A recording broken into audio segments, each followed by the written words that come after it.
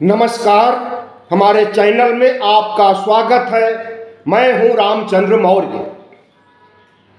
साथियों, अगर आप पहली बार चैनल को देख रहे हैं तो इसे सब्सक्राइब कर लीजिए और सामने की घंटी जरूर दबाइए ताकि विश्लेषण से संबंधित हमारा रोजाना का वीडियो आपको तुरंत मिल जाए। आज हम चर्चा करेंगे राहुल गांधी ने किस तरह से सावरकर के मुद्दे पर आरएसएस, भारतीय जनता पार्टी, हिंदू पंथी संगठनों को चुनौती दिया और उस चुनौती के बाद संघ में, भारतीय जनता पार्टी में और तमाम हिंदू संगठनों में हड़कंप मच गया है। जी हां, आज सावरकर की पुण्यतिथि है। 26 फरवरी 1966 को सावरकर का देहांत हुआ था। प्रधानमंत्री नरेंद्र मोदी, योगी और कई बड़े नेता जो कि आरएसएस की विचारधारा, कट्टर हिंदुत्व से बिलोंग करते हैं, सब ने सावरकर को उच्च कोटि का नेता, समाज सुधारक, आज़ादी की लड़ाई का पुरोधा कह करके सत सत नमन किया। लेकिन राहुल गांधी ने जो बयान दिया वह चौंकाने वाला है। राहुल गांधी पर सावरकर से संबंधित करीब 10 केस चल रहे हैं। 2023 में राहुल गांधी ने लंदन में सावरकर पर कुछ टिप्पणी किया था तो सावरकर के परिवार के लोगों ने उनके ऊपर मुकदमा कर दिया है और सावरकर ने जो कुछ किया था, सावरकर का जो इतिहास है, राहुल गांधी ने कहा कि सावरकर के चाल चरित्र चेहरे का काला चिट्ठा क्यों न अदालत में खोल दिया जाए और अदालत के साथ पूरे देश को पता चल जाए कि सावरकर क्या था। इस पर भारतीय जनता पार्टी के नेता, संघ के कार्यकर्ता, स्वयंसेवक, प्रचारक और पूरा भगवा मंडली में हड़कंप मच गया। अगर सावरकर का खुलासा अदालत में हो जाता है तो बड़ी तौहीनी होगी संघ की, मोदी की, योगी की और कट्टरपंथी तमाम हिंदू संगठनों की। इसलिए संघी लोग बिलबिला गए और उन्होंने, और सावरकर के परिवार वालों ने जिन्होंने कि मुकदमा किया है, उन्होंने कहा कतई नहीं, गलत इतिहास पेश किया जाएगा। अगर गलत इतिहास पेश किया जाएगा तो राहुल गांधी के खिलाफ कार्रवाई भी हो सकती है और अगर राहुल गांधी गलत इतिहास पेश कर रहे हैं तो आप क्यों नहीं सही इतिहास पेश करते। सावरकर एक ऐसा विवादित व्यक्ति है जिसने अंग्रेजों से एक बार नहीं अनेकों बार माफी मांगी, अंग्रेजों से घूस खाता था, अंग्रेजों से पेंशन लेता था, अंग्रेजों की मुखबिरी करता था और ऐसा व्यक्ति था सावरकर जो कि कट्टर हिंदुत्व के नाम पर मनुस्मृति का समर्थक था। मनुस्मृति का समर्थक कहने पर ही आप समझ गए होंगे कि उसकी क्या विचारधारा रही होगी सवर्णों के पक्ष में और क्या विचारधारा रही होगी ओबीसी, एससी, एसटी के पक्ष में। इस देश के मूल निवासियों के खिलाफ सावरकर ही नहीं, तमाम हिंदू संगठनों के तमाम हिंदू नेता आज़ादी के पहले से रहे हैं और आज भी, चाहे संघ हो, चाहे हिंदू महासभा हो, चाहे बजरंग दल हो, चाहे विश्व हिंदू परिषद हो, चाहे तमाम अखाड़े हो, चाहे शंकराचार्य हो, सब के सब मनुस्मृति के समर्थक हैं और संविधान को कतई नहीं पसंद करते हैं। जिस संविधान को बाबा साहब डॉक्टर भीमराव अंबेडकर ने 26 जनवरी 1950 को संविधान सभा में पेश किया और इसे लागू कर दिया गया। उस संविधान का विरोध भारतीय जनता पार्टी, आरएसएस, हिंदू महासभा, तमाम संगठन शुरू से करते रहे हैं। एक तरफ संसद भवन में संविधान लागू करने के लिए प्रक्रिया जारी थी, संविधान लागू किया जा रहा था। थोड़ी दूर रामलीला मैदान में अंबेडकर की शव यात्रा निकाली जा रही थी, अंबेडकर के पुतले फूंके जा रहे थे और यह सब घिनौना काम यही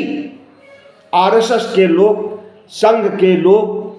तमाम हिंदू संगठनों के लोग कर रहे थे। बाबा साहब के संविधान को अनेकों बार फाड़ा गया, अनेकों बार जलाया गया और अनेकों बार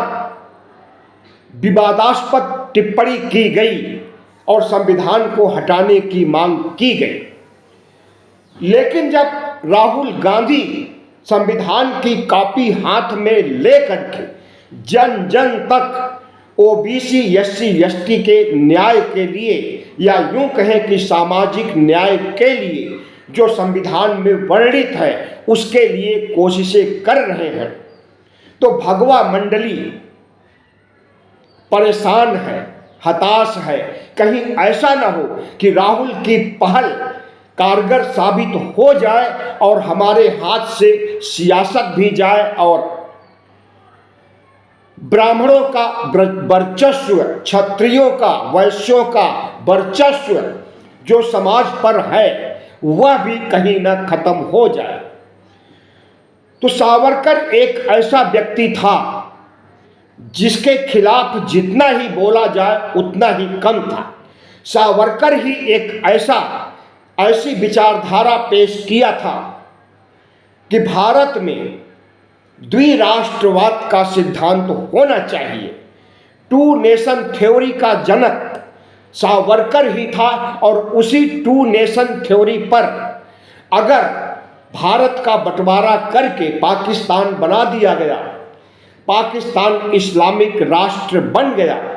तब इनके अंदर बहुत खलबली मची और यहाँ तक कि टू नेशन थ्योरी को अंजाम देने वाले महात्मा गांधी की हत्या करने का काम भी संघ और हिंदू महासभा ने किया। आपको पता है कि नाथूराम गोडसे जिसने की हत्या किया था, उस हत्यारे का साथ देने में,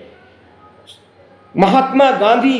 की हत्या करने का षड्यंत्र रचने में इसी सावरकर का भी हाथ था। लेकिन इसके खिलाफ कोई पुख्ता प्रमाण नहीं मिला, पुख्ता सबूत नहीं मिला, इसलिए यह बच गया, वरना इसकी भी फांसी हो गई होती नाथूराम गोडसे के साथ। आरएसएस सावरकर को भारत रत्न देने की मांग कर रहा है शुरू से। आरएसएस चाहता है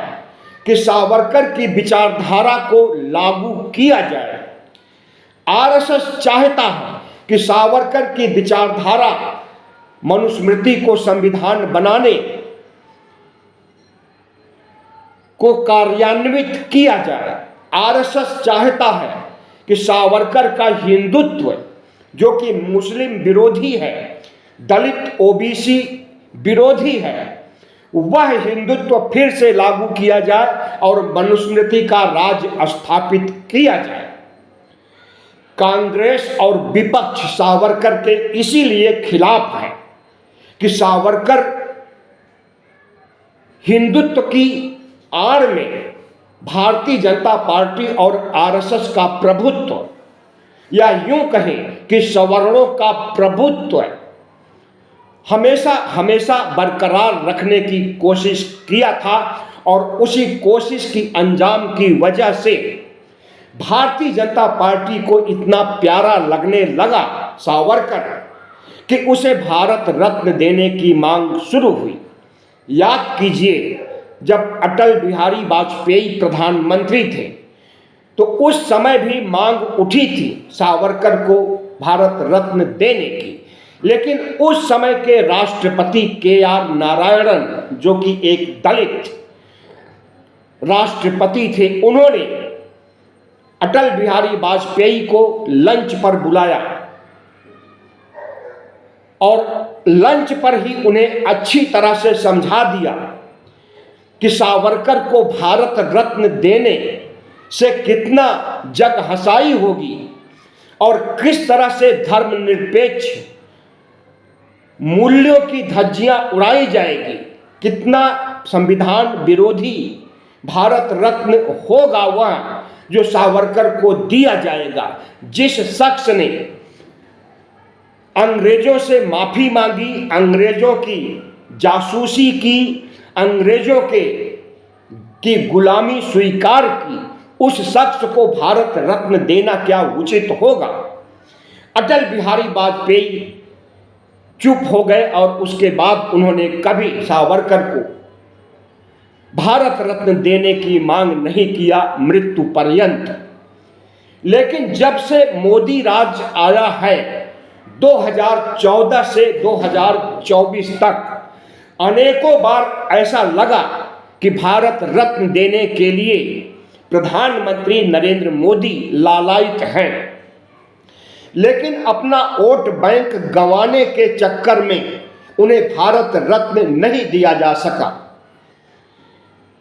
अब प्रधानमंत्री नरेंद्र मोदी ट्वीट करके जब आज कह रहे हैं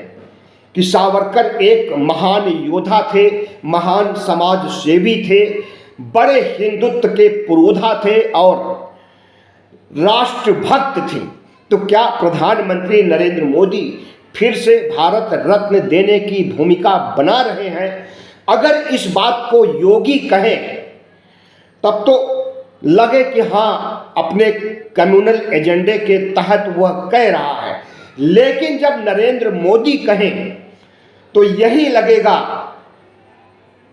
कि सावरकर को महिमा मंडित किया जा रहा है, उसे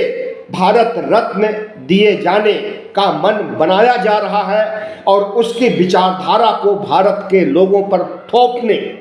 की कोशिशें की जा रही है।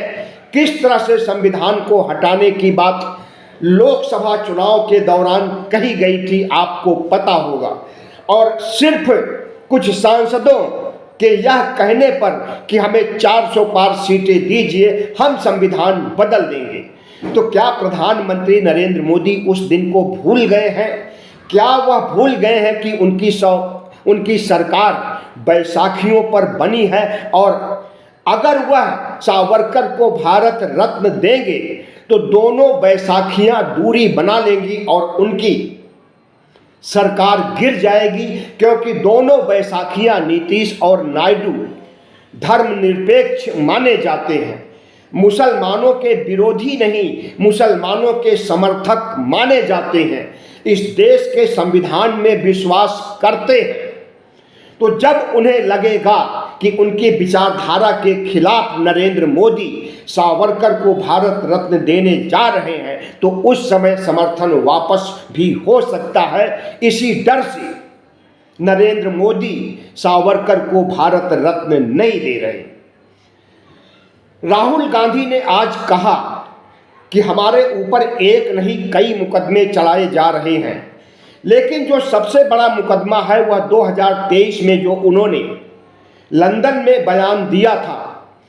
उसके आधार पर सावरकर के परिवार के लोगों ने उनके ऊपर मुकदमा किया है। तो क्यों न सावरकर के चाल चरित्र चेहरे का पूरा इतिहास अदालत के अंदर खोल करके रख दिया जाए और वह इतिहास काला चिट्ठा पूरा देश समझे जाने और यह भी जाने कि सावरकर किस चिड़िया का नाम है और किस लिए सावरकर को भारतीय जनता पार्टी संघ के लोग नायक बनाना चाहते हैं और विपक्ष उन्हें खलनायक बनाने पर तुला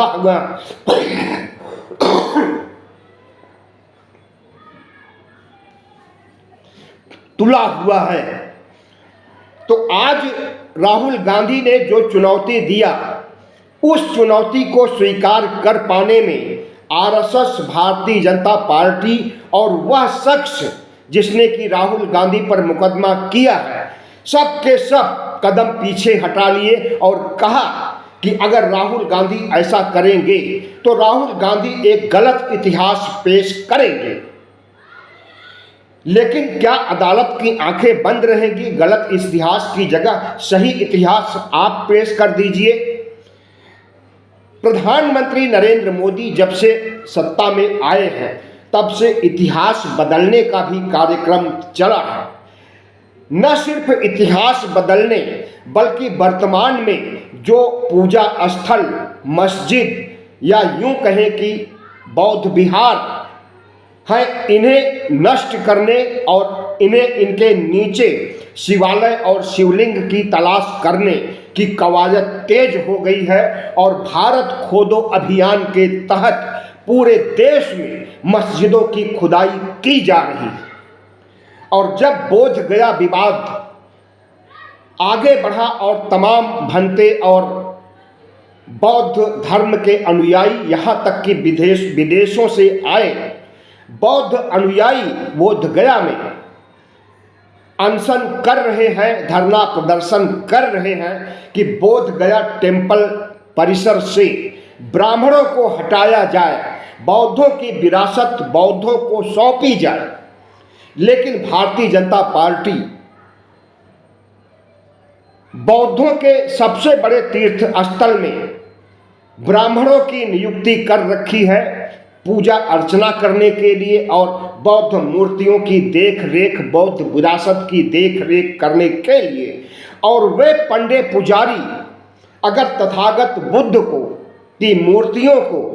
5 पांडव कह रहे हैं और गिना रहे हैं कि ये युधिष्ठिर है, ये अर्जुन है, ये भीम है, ये नकुल है,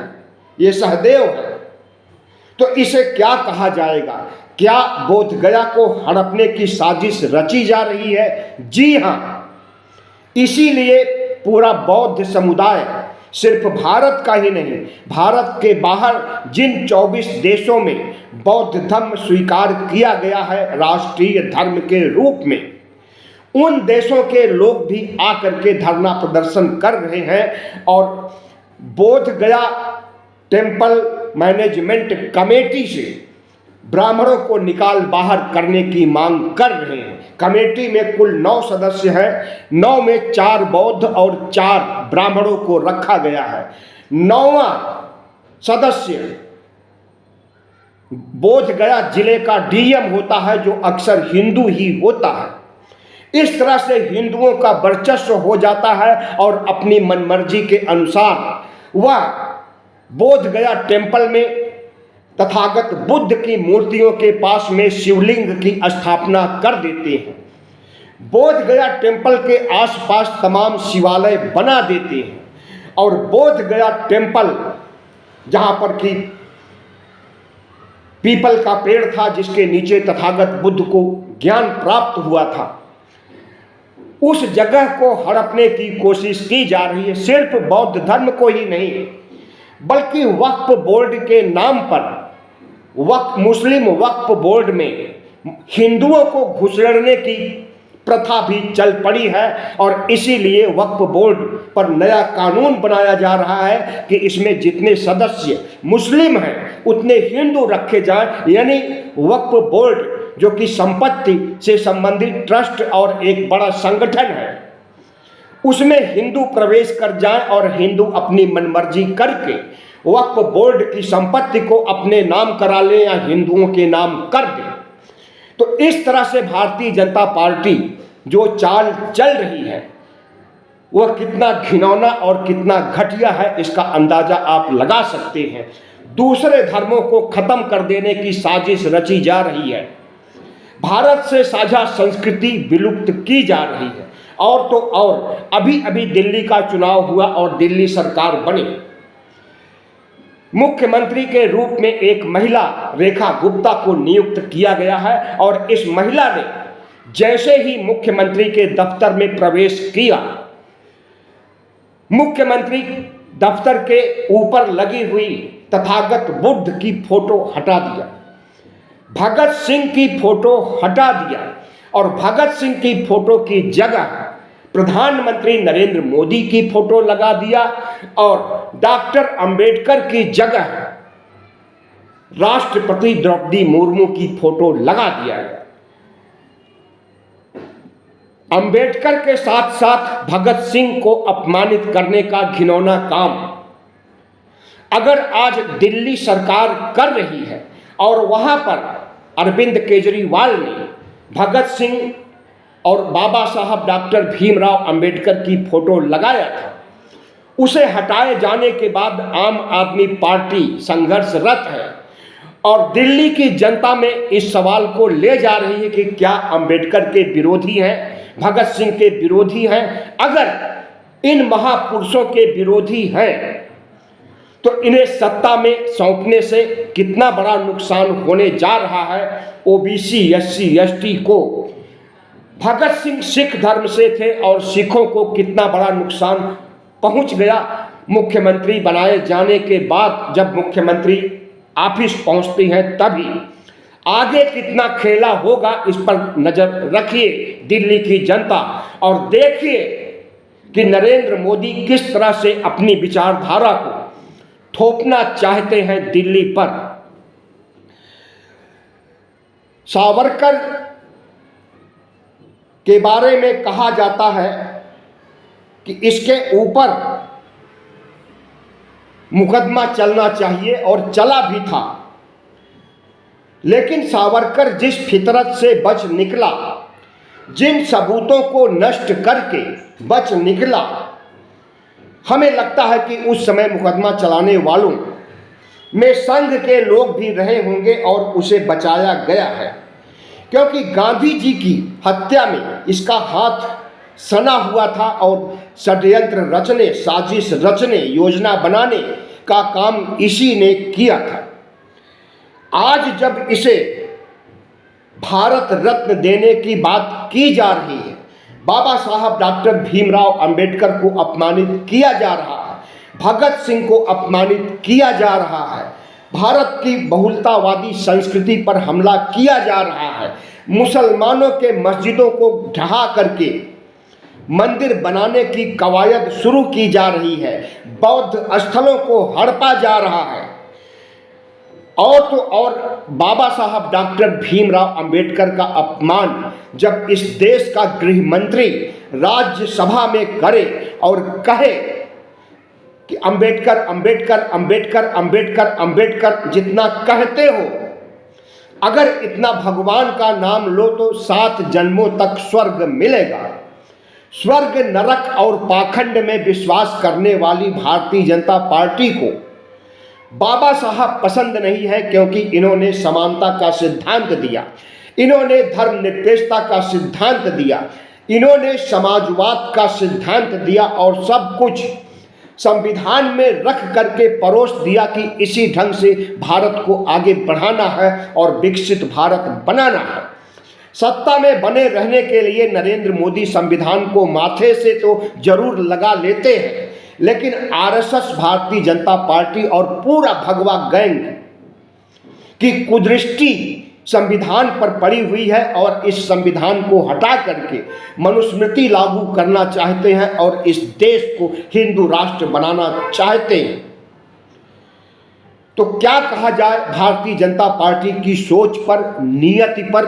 और सावरकर जैसे कायर खलनायक को महिमा मंडित करते हुए अगर उसे राष्ट्रभक्त, देशभक्त और हिंदू धर्म का पुरोधा कहा जा रहा है, महान समाज सेवी कहा जा रहा है, तो दूसरी तरफ विपक्ष भी अगर कह रहा है, राहुल गांधी अगर कह रहे हैं कि सावरकर का इतिहास अगर अदालत में खोल दिया जाए और वह इतिहास पूरा देश पढ़े तो सावरकर से हर कोई भारतीय नफरत करने लगेगा। बहुत बहुत धन्यवाद। हमारे चैनल को सब्सक्राइब कीजिएगा, लाइक कीजिएगा और शेयर कीजिएगा।